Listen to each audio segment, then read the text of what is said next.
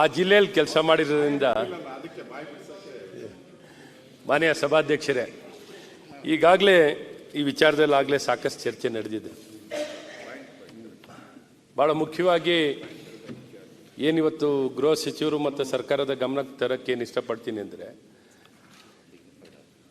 ಏನೊಂದು ಚಾಂದ್ ಪಾಷ ಅವರು 2011ರಿಂದ ಅವ್ರ ಇತಿಹಾಸ ನೋಡಿದ್ರೆ ಬಾರಿನೂ ಅವರೇನು ಅವರ ಹೇಳಿಕೆಗಳು ಅಥವಾ ಅವ್ರ ಪೋಸ್ಟ್ ಆಗ್ತಿದ್ದಂಥದ್ದು ಪ್ರತಿಯೊಂದು ಸಂದರ್ಭದಲ್ಲೂ ಒಂದಲ್ಲ 10-12 ಬಾರಿ ಅವರು ಬಾರಿನೂ ಆ ಸಂಘರ್ಷಕ್ಕೆ ಹೋಗುವಂಥದ್ದು, ಭಾವನೆಗಳನ್ನು ಕೆರಳಿಸುವಂಥದ್ದು, ಕೋಮು ಸೌಹಾರ್ದತೆಗೆ ಧಕ್ಕೆ ತರುವಂಥದ್ದು, ಕೆರಳಿಸುವಂಥ ಕೆಲಸಗಳನ್ನು ಹಲವಾರು ಬಾರಿ ಮಾಡಿದ್ದಾರೆ.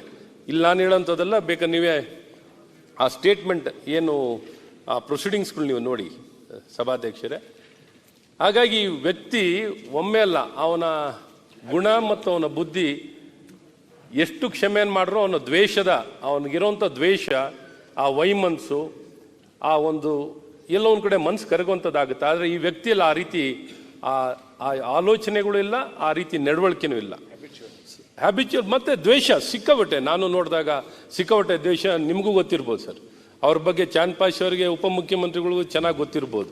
ಅದು ಯಾಕೋ ಸುಮ್ಮನೆ ಏನು ಮಾತಾಡಬೇಕು, ಈ ಮೌನಿ ಆಗಿಬಿಟ್ರೆ ಭಾಳ ಕಷ್ಟ. ಆ ಮೌನಿ ಈಗೇನು ನಮ್ಮ ಮಾಜಿ ಮುಖ್ಯಮಂತ್ರಿಗಳು ನಮ್ಮ ಬಸವರಾಜ ಬೊಮ್ಮಾಯಿ ಅವರು ಹೇಳ್ದಂಗೆ ಇವತ್ತು ವಕೀಲರು ಸಹ ಇವತ್ತು ಭಾಳ ಗಟ್ಟಿ ನಿಲುವನ್ನು ತಗೊಂಡಿದ್ದಾರೆ. ಯಾವುದೇ ಕಾರಣದಲ್ಲಿ ನೋಡಿ ಅವ್ರನ್ನ ಹುಡುಕೊಂಡು ಹೋಗಿಲ್ಲ.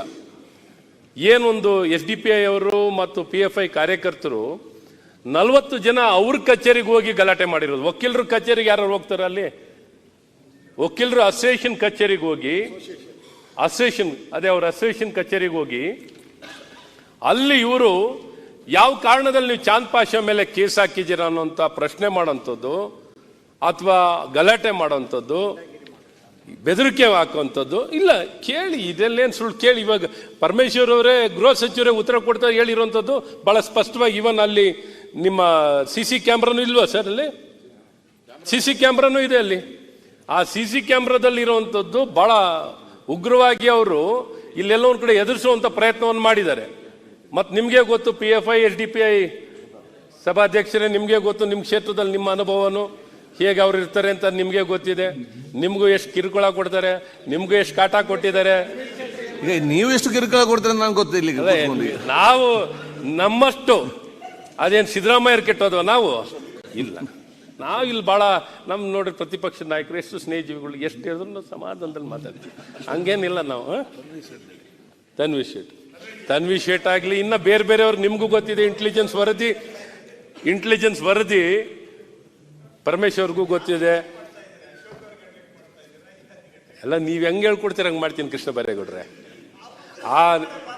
ಅಲ್ಲ ಅಂದ್ರೆ ಕನ್ನಡಿಗರ ಮೆಚ್ಚಿನ ನಿಮ್ಮ ನ್ಯೂಸ್ 18 ಕನ್ನಡ ಈಗ ವಾಟ್ಸ್ಆಪ್ನಲ್ಲಿಯೂ ಲಭ್ಯ.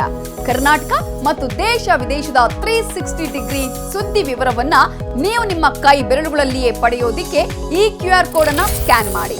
ನಮ್ಮ ಚಾನೆಲ್ ಅನ್ನ ಫಾಲೋ ಮಾಡಿ, ನೋಟಿಫಿಕೇಶನ್ ಆನ್ ಮಾಡಿ.